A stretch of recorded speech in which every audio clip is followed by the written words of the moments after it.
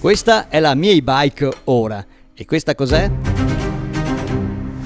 È una mini carena autocostruita. E questa è com'era prima la mia e-bike. Come l'ho costruita? Una bella sfida.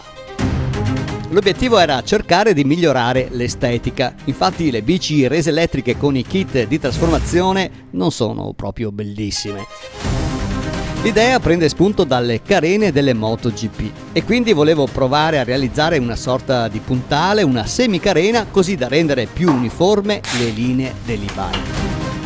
Ovviamente non credo ci sarà un beneficio aerodinamico, ma spero ne guadagni l'estetica. Ma da dove si parte? Anch'io non ho mai realizzato un prototipo prima d'ora. Per prima cosa dobbiamo costruire una struttura abbastanza rigida che faccia da scheletro all'intero pezzo che vogliamo costruire. Poi con del cartone prepariamo delle spondine di contenimento che devono solo abbozzare la forma della carena. Mi raccomando, proteggere tutto bene con della pellicola. E iniziamo a riempire tutto con della schiuma espansa. Fermiamo bene le spondine di cartone con del nastro adesivo al telaio della bicicletta, così che la schiuma espansa possa riempire tutti gli spazi. Sono passate 6 ore e la schiuma espansa è ben indurita e possiamo togliere il castello di cartone ed iniziare a sgrezzare e modellare il nostro prototipo.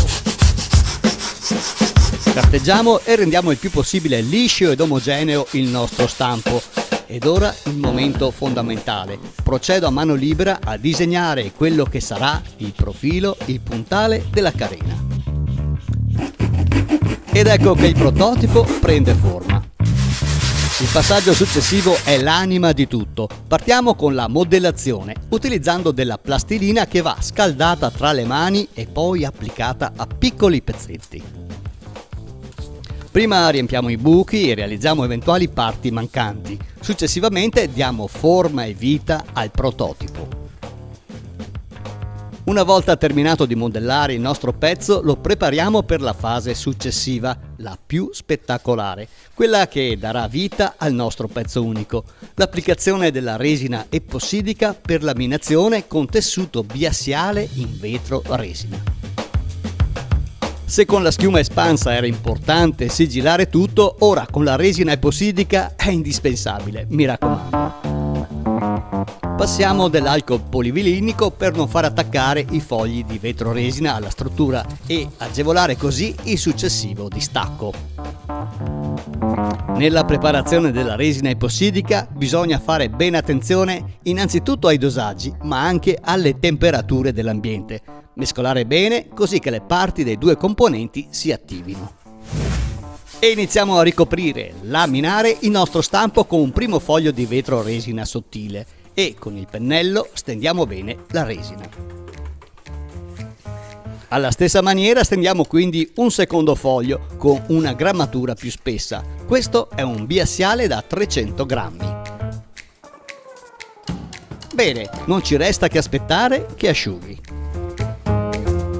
Passata la notte è ora di aprire tutto. Questo è il momento della verità. Potremo finalmente prendere in mano, toccare il nostro pezzo unico, la carena puntale dell'e-bike, anche se ancora hai vento. Svuotiamo tutto, scheletro, residui di cartone, della plastilina e rifiliamo seguendo la sagoma.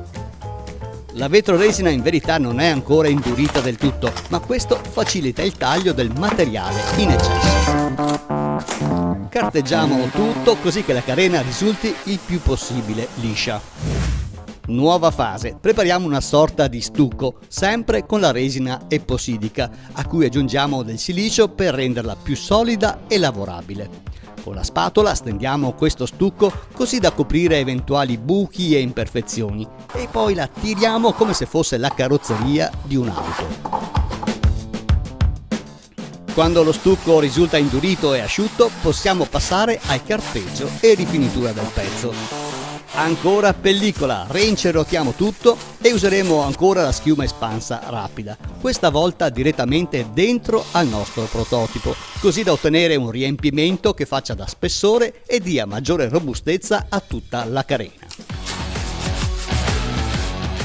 Un'altra notte di attesa e il giorno dopo possiamo nuovamente aprire tutto.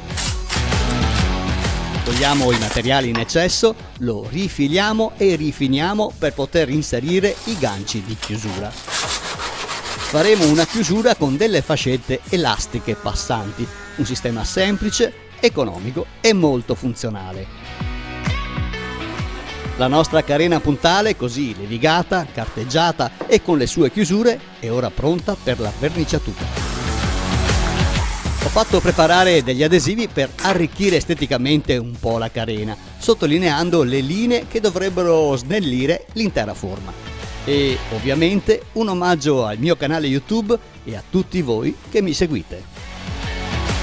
E questo è il risultato finale. Che ne dite?